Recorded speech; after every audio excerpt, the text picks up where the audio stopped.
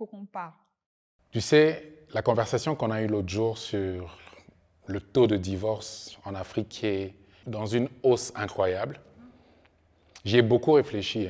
Et bien qu'on ait abordé quelques-unes des causes de ce divorce en hausse, je pense qu'on n'a pas regardé assez de près les conséquences que le divorce apporte en Afrique. Parce que je pense que le divorce est peut-être l'un des plus grands fléaux que l'Afrique rencontre actuellement et qui se dresse sur le chemin de son développement. Parce qu'on ne mesure pas assez les conséquences, l'impact négatif que le divorce a sur les enfants qui perdent leurs repères, sur les conjoints, les hommes, mais surtout les femmes. Tu vois, on est dans une société où, par exemple, une femme divorcée est très mal vue. Il y a une stigmatisation pour la femme qui est divorcée parce qu'elle est vue comme une sorte de rejetant de la société. Et donc, la difficulté qu'on a, homme ou femme, de se relever après le divorce. Et puis, ça contribue aussi simplement à l'appauvrissement de la société parce que ça appauvrit la famille qui est le socle de la société.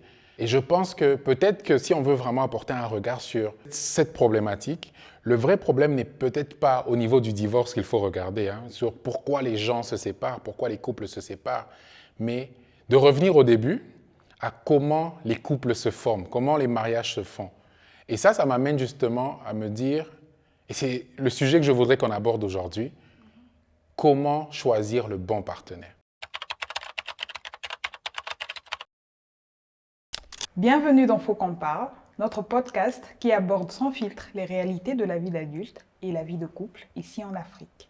Si vous ne suivez pas encore la chaîne, n'hésitez pas à vous abonner et à partager la vidéo avec un maximum de personnes. Passez un bon moment. Je pense qu'avant même de vouloir choisir un partenaire, le travail à faire, c'est de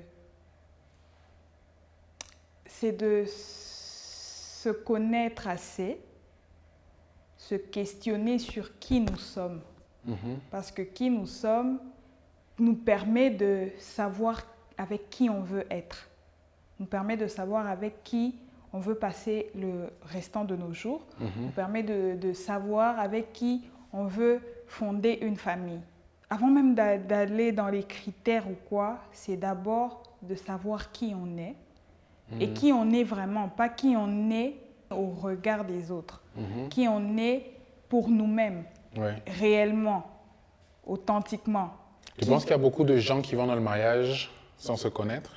Oui, beaucoup de gens ne savent pas qui ils sont avant de vouloir s'engager avec des personnes inconnues. Parce qu'on s'engage avec des personnes qu'on ne connaît pas. On ne s'engage pas avec nos frères, on ne s'engage pas avec des personnes qu'on connaît. Donc, il vaut mieux se connaître avant de s'engager avec des personnes qu'on ne connaît pas. Exactement. Je parle de vraiment se connaître, savoir ce qu'on aime, savoir qu'est-ce qui ne nous arrange pas, savoir avec quoi on peut dealer, savoir intérieurement qui nous sommes. C'est vraiment intérieurement, quand il n'y a plus personne, quand je suis seule face à moi-même, qui je suis. Et tu vois, et ça te permet maintenant de savoir avec qui tu veux être, avec qui tu veux créer un partenariat, avec qui tu veux t'engager, tu vois un peu. C'est vrai que je ne me suis jamais posé cette question avant de me marier, mais je me rends compte que c'est la question la plus importante de l'histoire des mariages. Je partage cet avis et pour enrichir un peu, moi ce que je pense c'est on entre dans le mariage avec des inconnus comme tu as dit et on se rend compte que on n'arrive pas forcément à... Ce n'est pas des personnes qui nous correspondent toujours. Et pour beaucoup, c'est très tard qu'ils vont découvrir qui ils sont fondamentalement et ce avec quoi ils ne peuvent pas négocier. Tu vois, il y a la question du compromis. Ça, je peux accepter de laisser passer. Tel trait de caractère que j'avais en grandissant, il peut s'éteindre un peu. Mais il y a des choses qui, non seulement restent, mais il y a d'autres choses même qui se renforcent en grandissant. Et tu te rends compte que si tu as choisi le partenaire qui, par exemple, t'empêche d'être ce que tu es sur les aspects fondamentaux, tu commences à suffoquer. C'est là que tu n'es plus heureux, c'est là que tu ne peux plus être épanoui dans la relation. Et ça, je pense aussi que, toujours dans le même sens de bien se connaître, un des premiers éléments qui peut aider, c'est prendre le temps de se connaître. Moi, j'ai toujours dit que les hommes devraient se marier à 40 ans et les femmes devraient se marier après 30 ans, simplement parce que je pense qu'à ces âges-là, quand on a mené sa vie normalement, sans s'enfermer, sans vivre dans l'isolement pendant toute sa vie, on a fait suffisamment d'expérience pour être sur le chemin de savoir qui on est plus ou moins. Peut-être qu'on ne va jamais savoir qui on est totalement. C'est un processus de se découvrir. Mais au moins, à ces âges-là, on sait ce qui est bon pour nous, mais on sait surtout ce qui est mauvais pour nous. Et maintenant, est-ce que ça veut dire aussi qu'on doit s'exposer à ce qui est mauvais pour nous pour découvrir ce qui est bon pour nous? Pas forcément s'exposer à... Je pense que déjà, le fait de vivre, on s'expose, tu vois. J'aime bien ce que tu dis parce que ce n'est que ça la vie. À 30 ans, pour une femme, tu as été à l'école, tu as fréquenté des gens, tu as eu des amis, tu as parcouru la vie. Tu as beaucoup plus d'expérience, même sans que tu aies fait les mauvaises choses ou sans que tu aies eu une vie assez agitée ou pas. Mais tu as parcouru la vie. Et la vie n'est faite que des surprises, n'est faite que des choses qui nous arrivent qu'on ne contrôle pas. Et donc, cela te permet d'avoir assez d'expérience, même si tu n'es pas quelqu'un qui va vers les expériences. La vie elle-même est une expérience et elle te permet de faire des expériences qui te mûrissent d'une certaine façon et qui te permet de savoir exactement qui tu es avant de choisir le partenaire ou la personne avec qui tu veux passer le restant de tes jours. Est-ce que ce n'est pas un peu à double tranchant aussi la question de la maturité? Parce que quand je regarde surtout en Afrique, 30 ans par exemple pour une femme, dire à une femme « attends tes 30 ans pour te marier », c'est lui dire « traverse de 25 ans à 30 ans dans le stress de rater le mariage, dans la peur que ton temps passe, parce qu'en même temps, à 30 ans peut-être qu'il y a la pression de l'horloge biologique, qui est réelle, mais il y a aussi la pression de comment les hommes te voient quand tu te rapproches de la trentaine ou quand tu as passé la trentaine, comme si tu n'es plus forcément comestible. Ça, c'est une réalité. Donc, comment maintenant dire à une femme, connais-toi avant de faire le choix, alors que les hommes et la société aussi n'aiment pas une femme qui se connaît trop, ou qui a pris le temps de se connaître, ou qui a grandi, tu vois. Oui, et ça, c'est la société. La société n'est faite que de nous. Qu'est-ce que tu préfères? Prendre le risque d'être dans le mauvais mariage ou prendre le risque d'être avec le mauvais partenaire ou prendre le risque de prendre son temps avant d'être avec quelqu'un, avant de se mettre avec quelqu'un pour avoir une belle relation après. Ouais. À un moment donné, il faudrait choisir parce que ça sert à quoi de se marier tôt, mais avec la mauvaise personne qui t'a quitté ce mariage-là et refaire sa vie et peut-être plus de la meilleure des manières. Ouais. À un moment donné, oui, la société, mais la société est faite des hommes. Donc, comment on agence les choses? Qu'est-ce que moi, je suis prête à perdre? Qu'est-ce que moi, je sacrifie? Pour moi, pour moi-même d'abord. Tu vois un peu. Comment toi, tu vivais ça? D'être une jeune femme en plein cœur de la vingtaine, qui n'est pas encore mariée, qui voit tout le monde autour de toi, toutes tes copines peut-être en train de se marier. Comment toi, tu vivais ça? En te disant que tu te rapproches de 30 ans et tu n'es toujours pas mariée. Je suis d'accord que ça peut être pénible pour une jeune fille de se retrouver dans un cas de figure où toutes les copines avec qui tu traînes se marient, sont même en train d'avoir des enfants et que toi tu es là, il ne se passe rien pour toi. Alors comment moi je vivais ça? Je me souviens, ma mère m'avait fait asseoir une fois. Elle ne me mettait pas la pression. Je n'ai jamais vu ça comme une pression de quand est-ce que tu vas te marier. Mais une fois elle m'a fait asseoir, elle m'a dit, j'ai comme l'impression que tu es heureuse alors que tu devrais être dans une période où tu te questionnes, ça va pas. Elle m'a dit ça en swahili, hein? Et ça a beaucoup plus de sens dans cette langue, tu vois. Elle me disait, hein, on a dit Siki Aye, comment tu te sens? Comment tu te sens de tes copines se marient, on t'invite à tous les mariages, il y en a même qui sont en train d'avoir les enfants, mais au-delà de comment tu te sens, j'ai comme l'impression que tu es même bien, tu es épanouie, tu es heureuse, tu te sens bien. Et moi, depuis toujours, hein, très jeune, je crois même avec mes parents, mon père, moi j'ai toujours vu mon père comme un modèle idéal d'un homme. Ma prière a toujours été d'avoir un homme comme mon père, et très sincèrement. Et ça, c'est depuis très jeune. C'est même pas que quand j'ai commencé à être adolescente ou quoi. Ouais. Et donc, pour moi, c'était clair que si je ne trouve pas un homme comme mon père, si je ne trouve pas un homme qui est présent, qui me respecte, qui prend soin de sa famille, parce que mon père a pris soin de ma famille et continue à prendre soin de ma famille. Et pour moi, c'était ça ou rien. Donc, impossible de faire un compromis avec ça. Impossible de faire un compromis. Et ça, c'était pour moi, tu vois. Pendant ce temps, je me retrouvais à être dans des relations qui, au fond, je savais, n'étaient pas des relations faites pour moi. Le sentiment d'être dans une relation où tu n'es pas sûr que ça va bien se passer dans le mariage. Parce que déjà, dans la relation, avant le mariage, ça ne se passe pas bien. Et je vivais mal cette période. J'en parlais avec une amie, je lui disais, c'est pas le mariage qui m'intéresse, mais c'est être au moins avec quelqu'un avec qui on partage les mêmes choses, avec qui on partage les mêmes valeurs, avec qui je vais faire ma vie. Peut-être pas vite aller dans le mariage, parce que c'était pas ça qui m'intéressait, c'était pas le mariage en soi qui m'intéressait, mais avoir une relation stable, avec quelqu'un de stable et épanouissante, et où je me sens pleinement moi-même, où je me sens aimée, où je me sens femme, tu vois. Et ça, j'avais pas ça. Je vivais mal cette période parce que j'avais pas ça, mais en même temps, je vivais mal cette période parce que je voulais ça. Je voulais pas me retrouver, parce que te draguer, on te drague, les hommes te draguent toujours.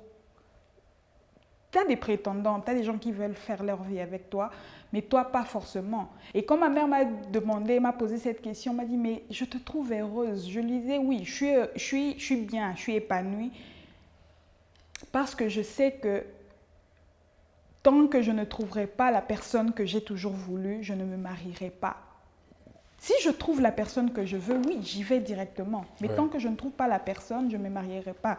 Et je comprends à quel point ça peut être pénible. Parce que moi, j'ai vécu ça. J'ai vécu ce moment où tu cherches juste à avoir un partenaire pour une stabilité, pas pour te marier forcément ou avoir des enfants. Je ne courais même pas vers l'horloge biologique, parce que j'avais aussi mes conceptions de ne pas être pressée d'avoir des enfants.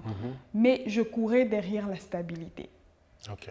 La stabilité émotionnelle, relationnelle. Être avec quelqu'un avec qui vous vous comprenez, être avec quelqu'un avec qui c'est fluide, quelqu'un qui t'aime, avec qui tu ne fais pas d'efforts, avec qui t'es pas seul dans la relation. Des fois, tu es dans une relation. Moi, j'ai été dans une relation où tu te sens seul.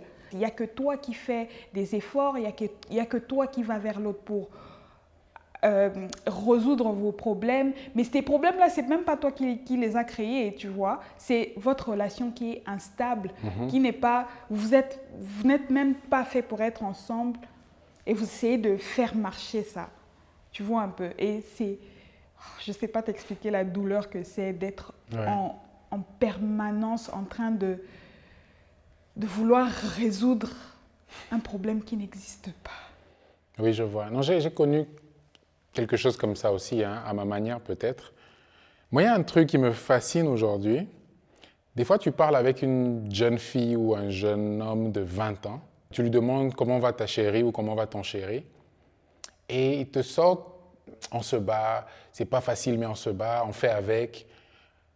Alors que je me rappelle, moi, nous en grandissant justement, quand on commençait à s'intéresser à l'amour, on commençait à s'intéresser au sexe opposé, il y avait justement le fait qu'on se lançait dans des relations qui étaient uniquement passionnée, uniquement basée sur le fait qu'on a trouvé quelqu'un qui fait battre notre cœur, quelqu'un avec qui on vit des expériences folles, même si ça ne va pas durer, même si ce n'est pas à long terme.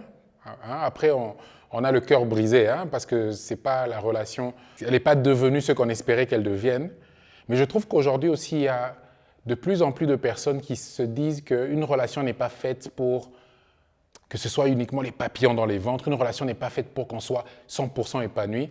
Et que le même discours qu'on peut entendre d'un couple qui a fait 20 ans ensemble, on l'entend chez un jeune de 20 ans qui est en couple avec une fille depuis 3 mois. Et c'est là aussi où je trouve que peut-être qu'on a abaissé nos standards vis-à-vis de ce qu'on attend de l'autre et comment on a abaissé nos standards en termes de choisir le partenaire. Hein. On sait aujourd'hui que bon, ton partenaire n'a pas à être parfait.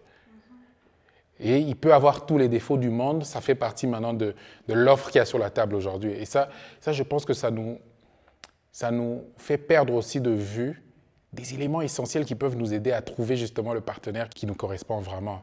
Alors, à part se connaître soi-même, pour toi, il y aurait quoi d'autre comme éléments, comme ingrédients qui peuvent aider?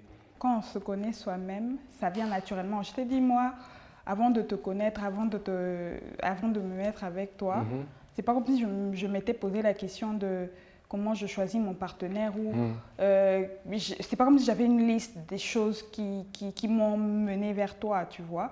Moi, j'aime bien notre relation parce que avant de se mettre ensemble, on a été amis, tu vois. Avec toi, j'étais juste capable de partager ce que je ressentais. Je te racontais un peu tout parce qu'en tant qu'amie, j'ai cette liberté de te dire clairement les choses qui se passent en moi, les choses que je suis en train de vivre. Et ça a pris une durée que j'aime bien aussi, qui nous a permis à toi et moi de tellement se connaître parce qu'on a été amis avant d'être ensemble. Déjà, c'est vrai qu'il y a eu une attirance quand on s'est rencontrés pour la première fois, de mon côté en tout cas. Non, du mien aussi. Il y avait cette attirance. Tu m'attirais sans que je m'en rende compte vraiment. Mais aussi, j'étais occupée dans ma relation qui ne marchait même pas bien. Et toi, tu étais dans ta relation. Donc, ça fait que j'ai accepté le fait d'être amie avec toi. Tu vois, j'ai accepté le fait que tu es mon ami. En plus, tu es un ami avec qui je peux tout dire. Il y avait ça qui t'a donné beaucoup plus de place dans mon cœur, je veux dire, tu vois comme on dit, ça a rajouté des points. C'était important pour moi que j'ai un ami à qui je peux tout dire. Ouais. Et est-ce qu'à part moi, tu avais des amis à qui tu pouvais tout dire? Oui.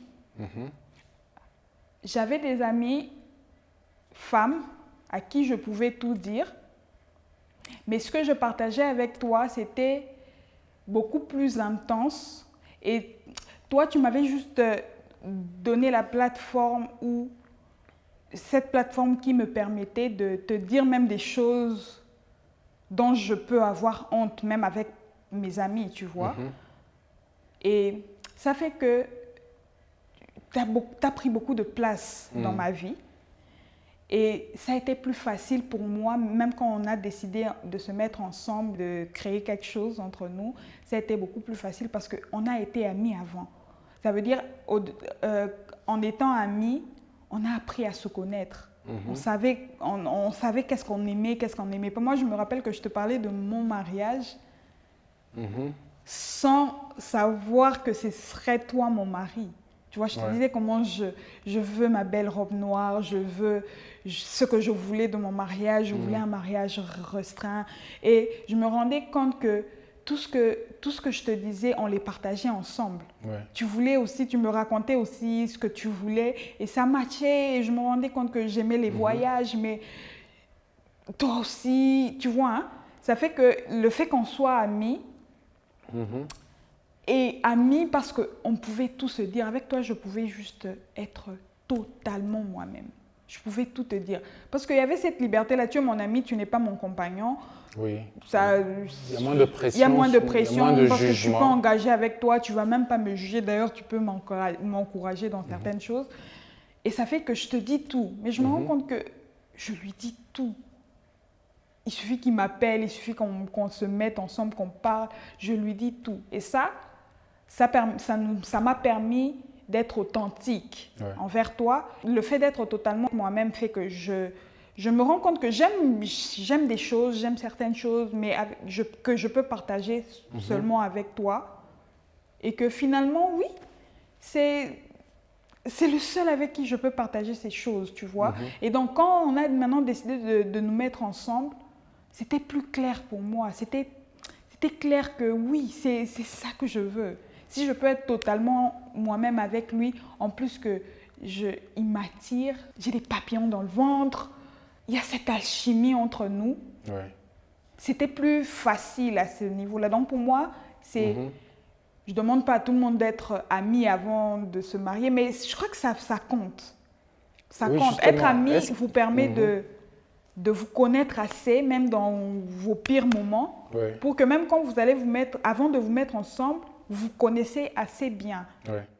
Je pense qu'il y a beaucoup trop de gens qui se mettent en couple avec des personnes qui malheureusement ne les connaissent pas assez pour les accepter pleinement, totalement. Moi, je connais par exemple beaucoup de femmes qui me considèrent comme leur confident ou leur ami et qui me disent des secrets, je vais appeler ça secret, mais des choses qu'elles ne disent pas forcément à leur mari ou qu'elles ne peuvent pas dire à leur mari sur elles-mêmes, sur ce qu'elles pensent, sur qui elles sont. Et je trouve que c'est tellement triste de ne pas pouvoir se confier à la personne avec qui on va mourir, avec qui on est censé faire un plan de vie, avec qui on va partager le plus clair de notre vie, de ne pas pouvoir lui dire ce qu'on ressent par rapport à certaines choses, comment on voit le monde sur certains aspects. Et ça, je trouve qu'il y a aussi maintenant, malheureusement, il y a aussi une culture de la perte de la confiance vis-à-vis même de ses amis. Ça veut dire que même avec ses amis, on a peur de se révéler, on a peur de dire qui on est vraiment. Et donc, ça fait que je crois que beaucoup de gens maintenant vivent aussi une sorte d'isolement. Ils sont seuls face à eux-mêmes. Ils ont des pensées qu'ils ne peuvent même pas s'avouer parce qu'ils n'ont pas une seule personne avec qui partager ces pensées, partager ce qu'ils traversent réellement. Et ça fait que, je crois que ça nous fragilise quand on doit aller faire le choix de partenaire parce qu'on ne peut pas, ni à ce partenaire-là, ni à d'autres personnes autour de nous, que ce soit la famille, que ce soit nos amis, on n'est plus en sécurité, on ne se sent plus en sécurité avec personne. Tout le monde a peur pour sa réputation. Tout le monde a peur que s'il est vrai, on va salir sa réputation, on va révéler les choses qu'il avait partagées. Tout le monde vit maintenant dans le secret et ne peut plus rien partager. Et je pense que toi et moi, la chance qu'on a eue justement, c'est d'avoir été ce genre d'amis qui étaient en plus des confidents. Et ça nous a permis aussi après, quand il fallait faire le choix de se mettre ensemble, de se dire, j'aime cette personne avec tout ce qu'il fait d'elle, ce qu'elle est. Moi, je t'aimais pour même les défauts ou pour même des choses que tu m'avais révélées avant qui auraient pu me faire me refroidir ou me faire avoir peur de m'engager avec toi. Mais je me rendais compte que malgré ça, je t'appréciais peut-être même encore plus pour tes défauts, pour tes failles, plutôt que si tu n'étais qu'une coquille parfaite de la personne que tu es. Et que justement aujourd'hui, on se retrouve en relation avec des personnes qu'on ne connaît pas, qui sont juste des coquilles parfaites. Et le mariage, maintenant, lui, il sert à révéler la vérité. C'est pour ça qu'on se retrouve dans le mariage avec des personnes qui sont parfois l'opposé de ce qu'on voyait au départ. Et ça contribue à se retrouver dans le mauvais mariage dès le départ. Mais aussi, justement, il y a un gros challenge.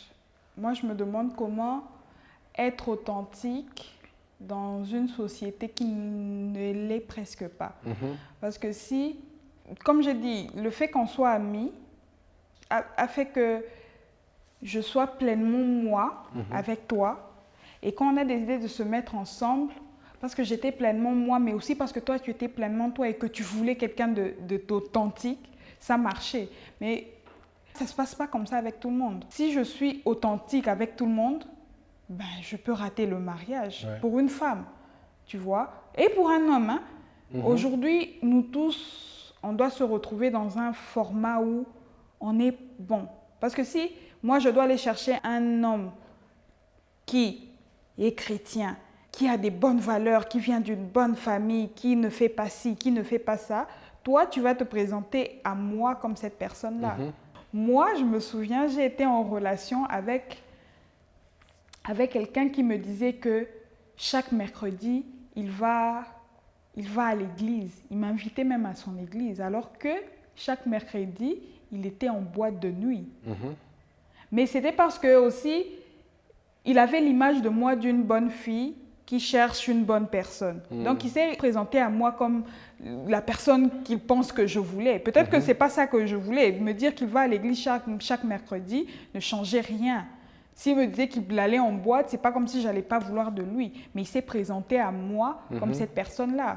Maintenant, si nous tous, on doit jouer ce rôle-là, si pour que toi, tu me choisisses, je dois être une bonne chrétienne, ben je joue le rôle d'une bonne chrétienne. Si je dois être je ne vais pas être authentique. Tu vois, ce n'est pas comme si être authentique, c'est être quelqu'un qui fait des bêtises. Être authentique, c'est être pleinement soi-même. Et c'est être humain, oui, avec les failles que c'est d'être soi. Moi, je connais un homme qui n'a pas eu le courage de dire à la femme qu'il aimait qu'il avait déjà eu un enfant avant elle. Il s'est marié avec elle.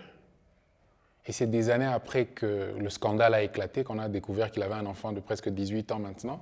Alors qu'ils n'étaient même pas mariés, oui. Tu vois un peu. Hein? Parce qu'il avait juste la peur que la femme qu'il aime va peut-être pas le choisir ou l'accepter s'il lui dit la vérité. Oui.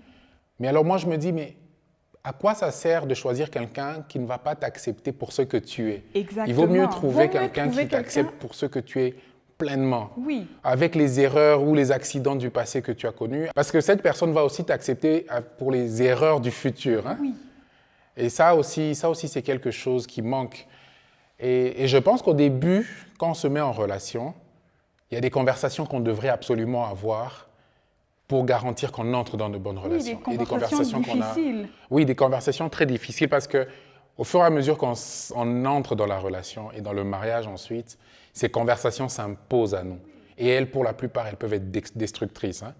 J'aime bien notre histoire parce que quand on était dans le processus de se mettre ensemble, quand tu t'es présenté à moi, tu t'es présenté à moi comme un homme qui voulait avoir une relation polygame, une relation avec 2 femmes. C'était bizarre. Ce n'est pas tous les jours qu'un homme te le dit clairement comme ça. Les hommes trompent. Hein? Ouais. Les hommes trompent, les hommes vont voir ailleurs. Il y a des gens, même des gens en couple qui ne sont pas mariés, dont la femme ou l'homme trompe. Mais toi, c'était clair. Tu étais venu me voir pour me dire que tu voulais avoir une relation avec 2 personnes, une relation polygame. Je t'ai même demandé, tu veux qu'on ait une relation libre ? Je ne comprenais pas et tu m'as bien expliqué que non, je veux une relation avec 2 femmes. D'exclusivité avec 2 femmes qui sont exclusives à moi. C'est ce que je traversais aussi à l'époque. Je sortais d'une relation justement où je n'avais presque pas le droit de m'exprimer. Où tout ce que j'étais apparaissait comme bizarre pour mon ex. Hein.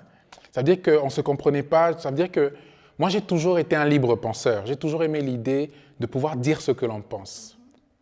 Que ce n'est pas un péché de penser ou de ressentir quelque chose. Surtout tant qu'on ne va pas au bout de sa pensée forcément. Hein.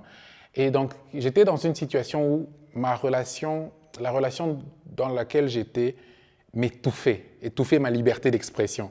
Et donc, c'était clair quand je suis sorti de cette relation que j'avais envie de ne plus me limiter à une seule manière de penser de mon partenaire.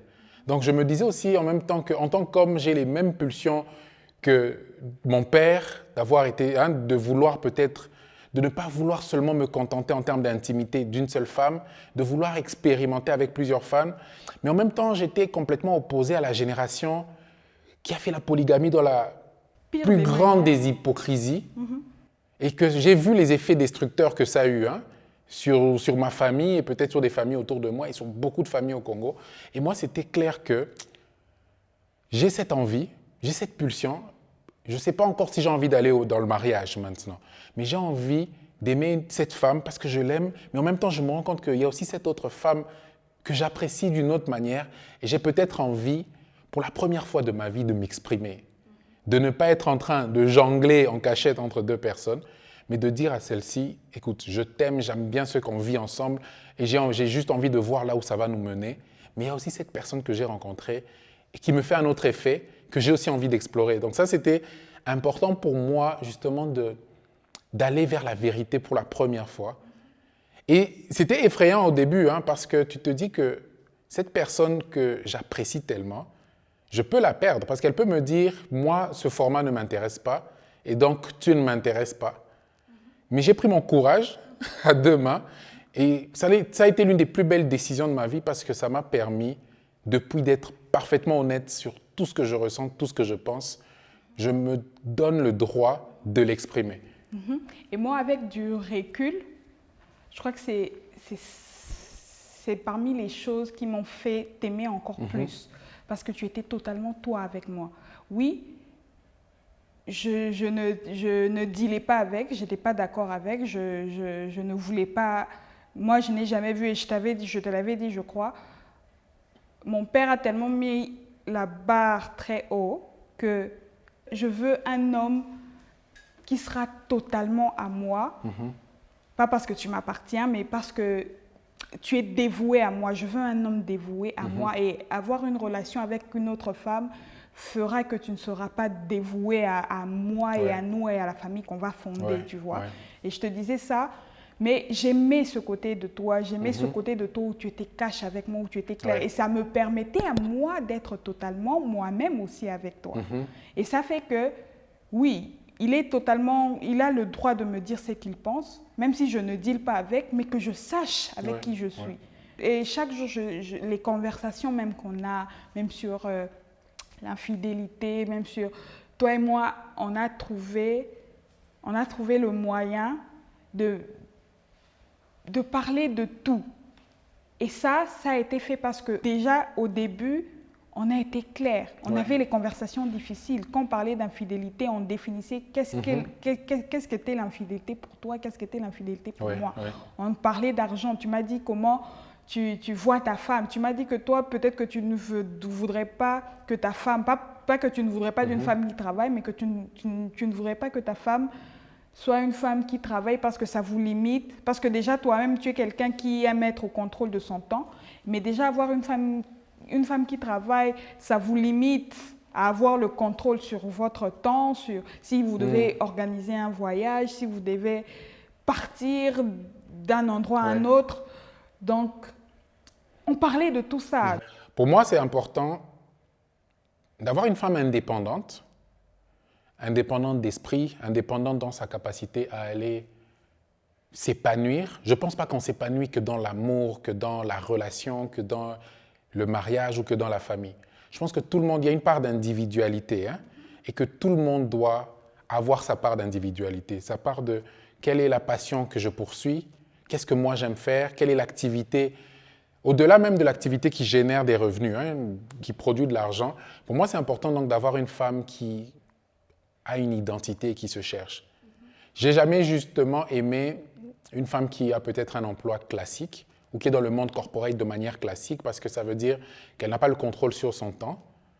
Moi, je préfère des femmes qui sont plus artistes, des femmes qui sont plus entrepreneurs, une femme qui est dans la consultance, une femme qui a son cabinet à la maison, parce que justement, ça ne va pas empiéter sur notre vie de famille, sur notre intimité. Ça, pour moi, c'est le plus important. Mais je n'ai jamais été intéressé par une femme au foyer.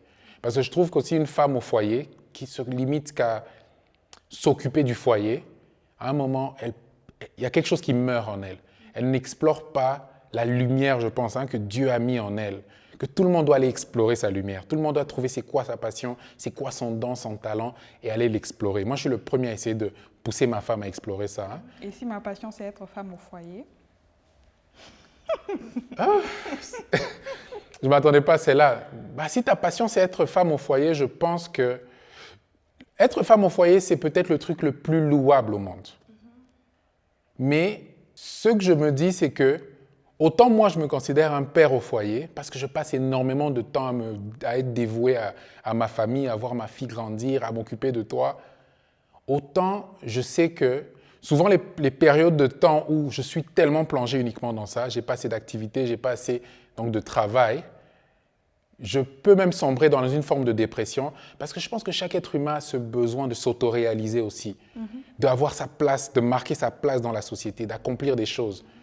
Et que même une femme au foyer, je pense que si elle se limite, parce qu'aussi c'est comme ça que notre société patriarcale a défini le rôle de la femme au départ, que si elle pouvait ne pas juste se limiter à son rôle de femme au foyer.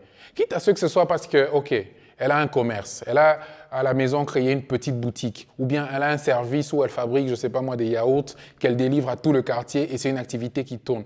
Peu importe l'activité que c'est, même si c'est une activité qu'elle fait qui n'empiète pas sur sa vie de maman ou de femme au foyer, je pense qu'on a tous besoin, pour s'épanouir, d'avoir des activités qui nous aident à utiliser notre cerveau, à l'aiguiser, à le pousser, à avoir des vrais défis, des vrais challenges qu'on résout, au-delà juste de résoudre les problèmes qu'on rencontre à la maison. Hein. Moi, je pense qu'on s'est trop caché aussi. Beaucoup de femmes, même de notre génération, se disent que moi, je préfère être une femme au foyer. Mais je pense que peut-être qu'on n'a juste pas compris ce concept et on l'a limité à sa forme la plus basique.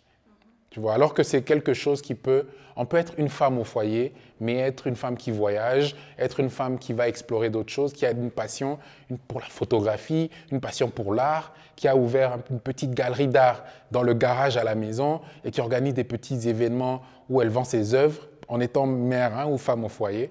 Je pense qu'il faut peut-être redéfinir aussi ce concept. Hein.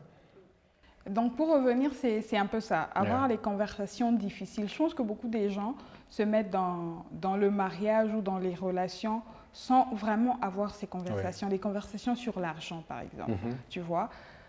Comment on fait? Au-delà de ce que la société nous demande, hein, que l'homme, c'est lui qui subvient aux besoins de sa famille, c'est lui qui va chercher le travail, au-delà de tout ça, comment nous, toi et moi, on s'organise? Parce qu'il y a le toi, il y a le moi et il y a le nous. Le nous, là, comment on s'organise pour le faire marcher? Qui ramène l'argent? Qui prend en charge ceci? Qui prend en charge cela? Quitte à ce que ce soit, toi, tu prends totalement tout en charge, mais on a au moins cette discussion-là. On a cette discussion qui nous permet de ne pas être frustré. Parce que ça peut être toi qui prends soin de la maison, mais il t'arrive une période difficile et que ça me revienne à moi. Ça ne devrait même pas être un débat. Ça ne devrait même pas être... Ça ne devrait même pas être compliqué, mais si on a ces discussions-là. Moi, un truc qui me choque, encore aujourd'hui, le nombre de couples où l'homme et la femme ne savent pas, par exemple, combien l'un et l'autre gagnent. Et que combien c'est une discussion très difficile à avoir dans le couple, encore moins avant. Je trouve que la personne avec qui on va construire sa vie, avec qui on est en train de fonder une famille, il y a des enfants, il y a une progéniture, de ne pas être capable de parler d'argent, de ne pas être capable de dire « j'ai contracté une dette à tel endroit, nous devons rembourser de l'argent à telle personne ».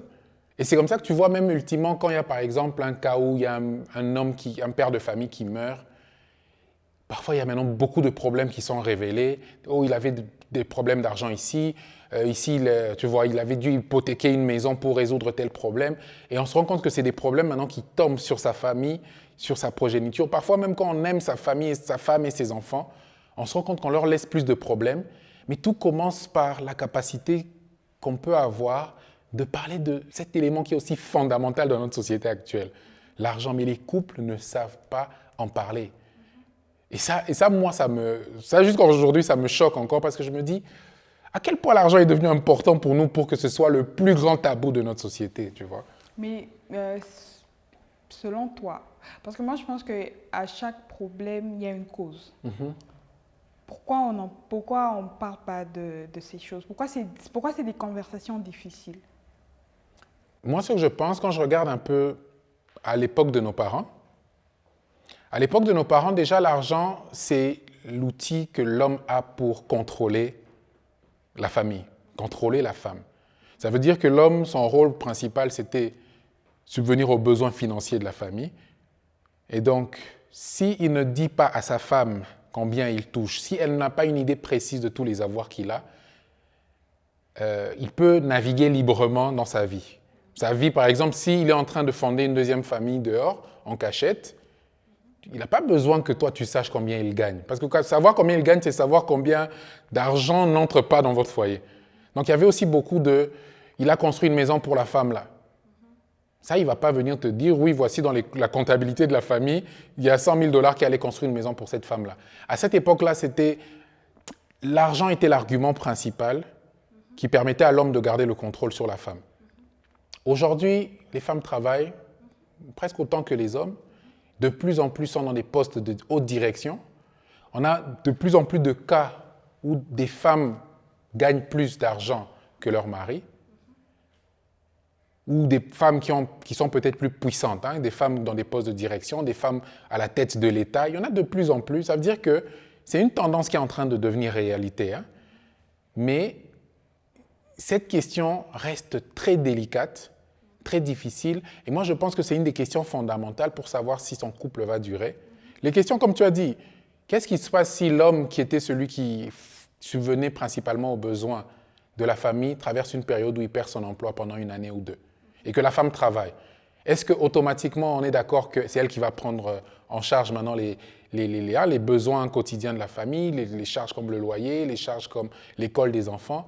Ou est-ce que maintenant, l'homme est dans une position de honte parce que son honneur a été bafoué, parce qu'il n'arrive plus? Résultat, parce que tu as aussi même des femmes maintenant qui utilisent cette position-là pour mater un peu les hommes. Ça arrive aussi que maintenant l'homme se sent humilié ou se sent émasculé parce qu'il n'arrive plus à jouer son rôle principal. Et la femme utilise ça aussi maintenant, surtout si elle a été pendant longtemps matée par l'homme. Hein. C'est vraiment une cause sérieuse de conflit. Et il faut qu'on en parle. Tu vois. Je suis d'accord. Oui, ça reste des conversations difficiles, mais qu'est-ce que tu veux? C'est ça le monde. Il faudrait qu'on s'adapte et qu'on cherche à résoudre ces problèmes-là. Tu vois, les conversations comme la religion, par exemple. Au-delà de la religion, c'est la foi, ce qu'on pense, ce qu'on veut donner à nos enfants. Oui. Est-ce qu'on a des conversations comme ça? Parce que des fois, vous pouvez prier dans la même église, vous avez peut-être des conceptions différentes. Ouais. Vous voyez les choses différemment.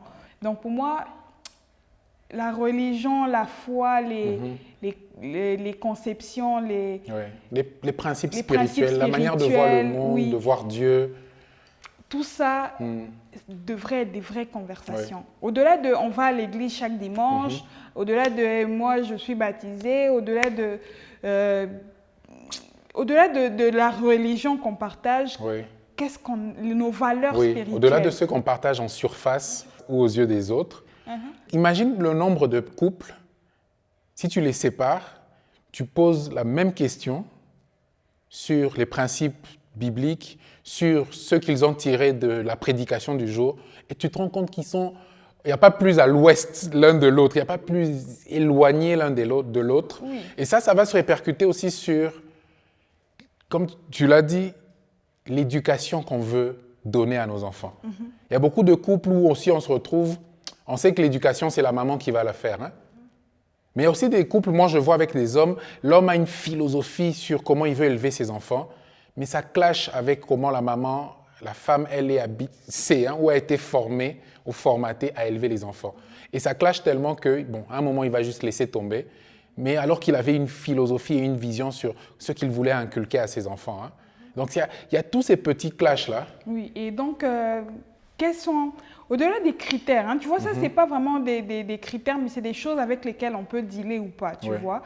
Mais comment on les met en place pour savoir que, oui, cette personne avec qui je veux m'engager a les mêmes valeurs spirituelles que moi, est totalement vraie avec moi, me respecte, mais veut m'accompagner, est dévoué, est présent pour chacun de nous. Si pour toi, il y a un qui est plus fort, il y a un caractère qui est plus dominant que tu cherches par rapport à un autre, mais pour chacun de nous. Mais cela nous ramène à...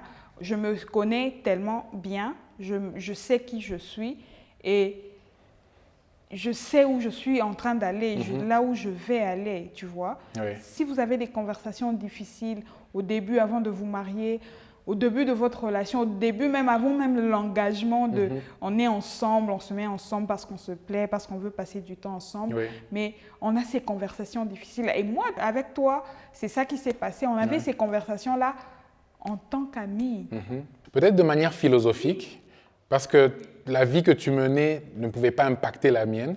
Donc, il n'y avait pas l'attente que tu sois parfaite à mes yeux. Oui, donc on a eu plusieurs fois ces conversations. Donc, quand on a décidé de se mettre ensemble, c'était même plus fluide. C'était que c'est ça que je veux, c'est Ouais. exactement ça que je veux parce que il me connaît pleinement, je le connais, il répond à ce que moi je veux et je ne deal pas avec autre chose. Je n'aimerais pas dealer avec autre chose que ça. Ouais. Et je prends, et c'est vrai que tu l'as dit au début, hein, on ne se connaît pas totalement. On finit jamais de On se finit connaître. jamais de se connaître, ça prend le temps que ça peut prendre. Mais au moins avoir cette base-là, cette Oui, bonne base absolument. qui nous permet de faire le bon Ouais. choix par rapport à nous. Et ce bon choix-là peut durer. Parce que maintenant, on est dans le mariage, on se connaît, on sait ce qu'on veut pour nos enfants, on sait ce qu'on veut pour nos finances, on a des projets ensemble ou pas, où on s'accompagne chacun dans le projet de l'autre. C'est que vous avez déjà une bonne base pour être ensemble. Donc Ouais. le reste peut commencer à venir progressivement. Et même quand ça vient, c'est comment on en parle. Parce que si on peut déjà parler de certaines choses difficiles avant le mariage, dans le mariage, ça va être plus facile. Parce que là, Absolument. on se connaît un peu mieux, on a vécu On a ensemble. un entraînement. On a un entraînement chaque jour, hein, s'il faut le dire Ouais. comme ça. Et on est apte à avoir des conversations difficiles, des conversations qui séparent les couples. Ouais. Une chose que je trouve dommage, c'est sûr que c'est notre culture africaine et bantou hein, qui nous a imposé un peu cette manière de faire. Moi, j'ai toujours aimé l'idée de vivre seul avant d'aller dans le mariage. Pour les garçons, mais pour les filles aussi. Parce que je pense que quand on vit seul, on découvre tellement de choses sur qui on est, sur sa manière d'être responsable ou pas, sur les choses, sur sa manière de gérer une maison, de tenir une maison pour plus tard tenir un foyer.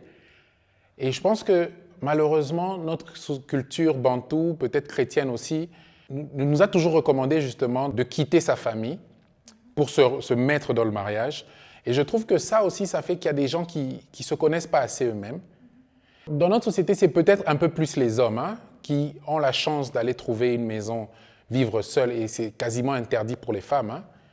Moi, je connais des femmes qui ont 35 ans, qui sont directrices dans des entreprises importantes, qui habitent chez les parents parce qu'elles ne sont pas mariées et qui ne peuvent pas habiter seules. Mais je trouve aussi qu'on rate justement beaucoup dans la capacité de nous connaître.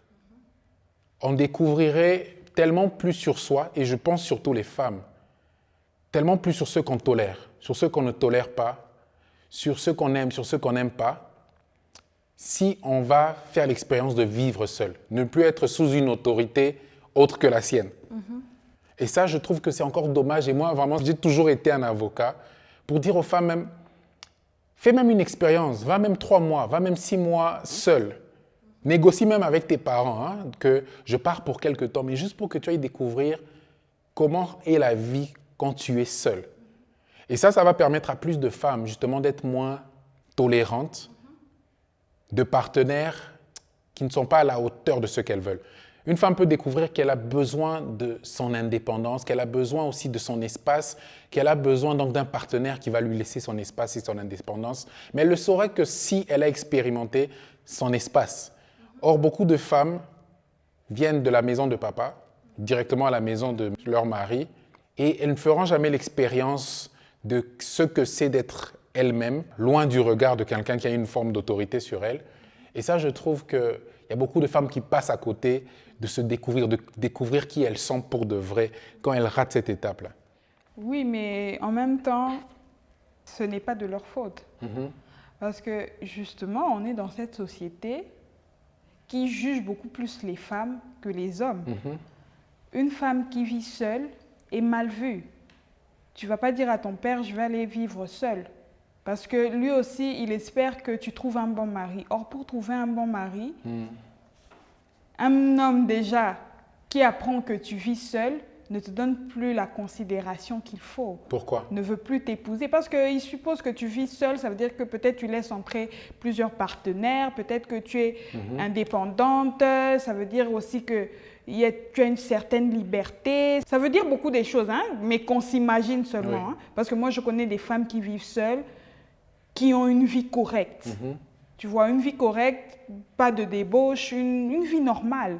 Je vis seule, j'ai mon indépendance, je prends soin de moi, je travaille. Je ne suis pas dans la débauche, mais aux yeux des hommes, comment c'est vu. Un homme qui sait que tu vis seul, lui s'imagine déjà des choses. Lui s'imagine que tu laisses entrer certainement beaucoup d'hommes, ce que tu ne peux pas faire dans la maison de tes parents. Donc, même pour les parents, hein, que ça peut être lourd pour eux de juste laisser leur fille aller vivre seule parce que ça limite ses chances de trouver un mari.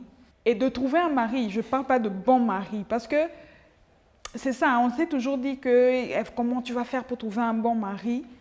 Mais le bon mari, là, c'est aux yeux du monde encore. C'est que il répond aux critères d'un bon mari. Mais peut-être que ce n'est même pas le bon mari pour toi, tu vois un peu.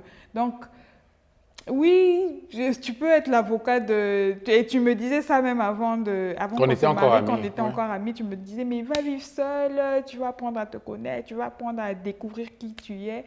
Et je n'arrivais pas à t'expliquer. Je t'expliquais ça, mais tu ne comprenais pas. Je te disais, comment je justifie ça à mes parents? Parce qu'eux, ils espèrent que leur fille trouve un bon mari, selon la société. Ça veut dire que pour qu'elle trouve un bon mari, elle ne devrait pas vivre seule. Parce qu'une femme qui vit seule, c'est une femme qui est libre. Et la société n'aime pas les femmes libres. Libre, en lingala, c'est ndumba, célibataire. C'est ndumba, tu vois. Donc, une femme ndumba, célibataire, elle est libre.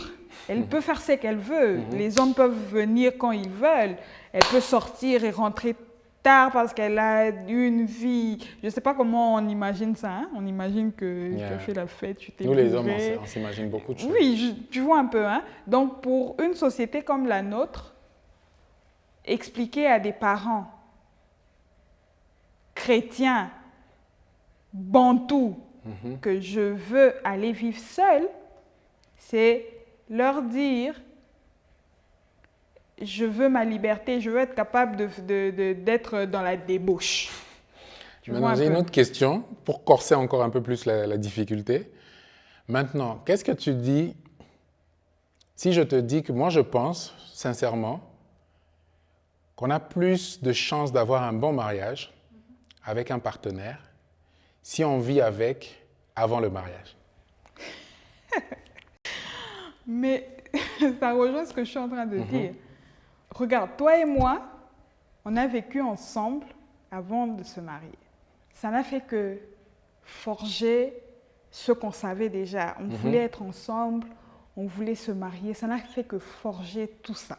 Ça n'a fait que amplifier le fait qu'on voulait juste être ensemble. Il n'y avait plus de Dani sans Anta et de Anta sans Dani. Mais imagine que on se soit séparés. Moi, aucun homme n'aurait voulu de moi après. Parce que je suis une femme qui a vécu avec un homme avant le mariage, qui a cohabité avec un homme avant le mariage. Ça diminue ta valeur. Surtout pour nous, hein, les Bantous, ça diminue ta valeur. C'est comme ça qu'on voit les choses. Une femme qui a vécu avec un homme, personne ne veut d'elle. C'est une femme libre. Alors que toi et moi, c'est que ça n'a fait que faire, c'est renforcer notre lien, renforcer notre envie d'être ensemble. Mais si on s'était séparés, parce qu'on a eu un moment de fight aussi, toi et moi, alors qu'on était ensemble, qui aurait pu nous mener vers la rupture. Mais ce n'est pas arrivé. Si c'était arrivé, je serais la perdante. Qui a envie d'être la perdante de cette vie? Qui a envie d'être dans cette position? Quelle femme a envie de se retrouver dans cette position? Au-delà de quelle femme a envie de se retrouver, quels parents acceptent ça? Acceptent que, ok, va vivre avec ton homme et puis vous allez décider si vous allez vous marier ou pas. Toi, quand tu rentres en tant que femme, ta valeur diminue. Pour les hommes, c'est un peu plus facile. Hein? Non, c'est sûr que pour les hommes, c'est un peu plus facile. Toi, on se serait séparés. Toi, tu aurais bien continué ta vie. Beaucoup de femmes auraient voulu de toi, même sachant que moi, j'étais dans cette maison-là. Mais moi, ce serait difficile. Tu vois, conseiller ça à des gens dans cette société, c'est un peu plus complexe. Pourquoi je me permets un peu plus de facilité de conseiller ça? Parce que d'un autre côté, on est maintenant à 47% de taux de divorce. Donc, la vérité, c'est que la formule qui a toujours marché, ne marche clairement plus. La vérité, c'est que le divorce, lui, il fait beaucoup plus de dégâts. Le divorce, ça veut dire la rupture du mariage, qui est en plus un contrat avec l'État. Quand il y a des enfants qui viennent, des enfants qui vont devoir être brisés, ils vont maintenant devoir vivre avec un seul parent. Dans la plupart des cas, c'est la femme qui porte la charge là. Ils vivent maintenant dans des familles monoparentales. On augmente le nombre de familles monoparentales et de familles recomposées dans la société. Ça, c'est la réalité. 47% qui osent aller au divorce. Maintenant, si on revient dans un monde réaliste où on se dit que dans tous les cas, j'ai 47% de chances de finir au divorce. Et que si je pouvais avoir cette femme que je veux, quand on est encore dans un processus de copinage ou de fiançailles, ça veut dire que ça ne va pas avoir les effets néfastes que ça a sur la société. Parce que deux copains, copines qui se séparent, ce n'est pas la fin du monde.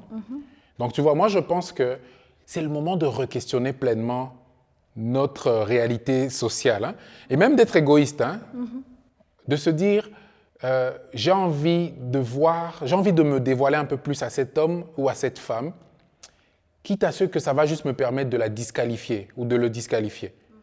Parce qu'au finish, je vais me retrouver avec un inconnu dans le mariage et ça sera maintenant à pile ou face que je saurai si c'est une bonne personne pour moi ou si cette personne va me faire vivre la chose la plus atroce au monde. Donc si on est vraiment en train de se dire comment faire pour choisir le bon partenaire, soyons capables de dépasser un peu le dogme de notre société, parce que notre société est en train de faillir. 47% de taux d'échec des mariages, c'est un gros échec. C'est pas juste minimisable, hein, c'est réel. Alors, au-delà de la société, vivre avec son partenaire avant le mariage, c'est dire ouvertement que je pratique la fornication. Or, même en étant chez ses parents, la fornication se pratique. C'est une réalité. Donc, vaut mieux pratiquer la fornication chez ses parents, en cachette, que de le dire ouvertement en allant vivre avec son partenaire. Et c'est ça l'hypocrisie de notre société. Ouais. La société africaine devrait re-questionner beaucoup de choses, mais pas re-questionner beaucoup de choses parce que c'est la manière à suivre. On préfère vivre dans le déni et l'hypocrisie. Beaucoup de jeunes filles avortent, mais tant que ce n'est pas su, ce n'est pas grave. Beaucoup de gens forniquent, beaucoup des gens sont dans l'adultère. C'est les principes bibliques, hein, l'adultère et la fornication. La plupart des gens se retrouvent à être en train de bafouer ces principes-là, mais en cachette.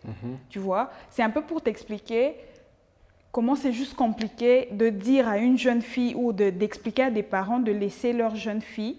Pour les hommes, c'est encore facile, hein, parce qu'aujourd'hui, regarde, même l'adultère, là, pour les hommes, ça va. Un homme qui commet l'adultère, c'est pas grave. Un homme qui a connu beaucoup de femmes avant le mariage, c'est pas grave, ça va, on gère. Mais pour une femme, c'est compliqué. Comment j'explique à ma sœur que si elle doit aller vivre avec un homme pour trouver le bon partenaire, c'est peut-être le chemin qu'elle doit prendre. Comment j'explique ça à ma sœur? Alors que si elle va vivre exactement avec cet homme, elle perd sa valeur. Si ça se passe mal, plus aucun autre homme ne voudra d'elle. Mais je pense que c'est justement l'équation à résoudre si on veut évoluer en tant que société. C'est comment on sort de l'hypocrisie qui cause tout le mal que nous sommes en train de vivre, au niveau même individuel. Hein. Parce que la vérité, selon moi, c'est que si on veut ultimement trouver le bon partenaire, on doit d'abord se trouver soi-même. On doit oser faire les expériences de vie qui vont nous permettre de savoir qui on est, même les mauvaises expériences. Ensuite, on doit assumer qui on est. Et après avoir assumé ce qu'on est, on doit pouvoir se présenter tel qu'on est. Avant même de se présenter, on doit pouvoir aimer ce qu'on est. Oui. Quand tu as fini, tu sais qui tu es, tu aimes ce que tu es, et tu aimes. Et tu l'assumes. Et maintenant, tu vas te présenter tel que tu es. Exactement. Se présenter tel qu'on est, Quand on est vraiment sincère, le seul avantage, qui est le plus grand avantage, c'est que ça disqualifie toutes les personnes qui ne nous correspondent pas. Et avec qui, au finish, tu n'as pas envie de construire ta vie avec les personnes qui vont t'empoisonner la vie, qui ne vont pas te comprendre ou qui vont t'empêcher de t'épanouir. Donc, tu veux dire « voici ce que je suis » et espérer que la personne qui te corresponde se dise « mais c'est exactement ce qu'il me faut ». Parce qu'elle aussi, elle a fait le travail de se connaître, de s'assumer et de réaliser que c'est ça qu'il me faut. Exactement. Et si on commence à construire nos relations de cette manière, avec beaucoup moins d'hypocrisie, avec plus de vérité, en abordant les conversations les plus difficiles avant de se mettre ensemble et en n'ayant pas peur de perdre quelqu'un qui nous plaît parce qu'elle saura la vérité sur nous, parce que c'est la seule manière peut-être de laisser la place à quelqu'un qui nous correspond vraiment et qu'il nous faut. Peut-être que là, maintenant, on va entrer dans un territoire où de plus en plus de couples se forment de la bonne manière, de plus en plus de personnes choisissent le bon partenaire et ultimement, il y a de moins en moins de divorces dans notre société. Merci d'avoir partagé ce moment avec nous. Si cette conversation vous a plu, si elle vous a fait réfléchir ou même vous remettre en question, alors prenez quelques secondes, abonnez-vous et partagez la vidéo autour de vous. Et surtout, n'oubliez pas de nous envoyer vos commentaires et vos critiques. À très bientôt. À très bientôt.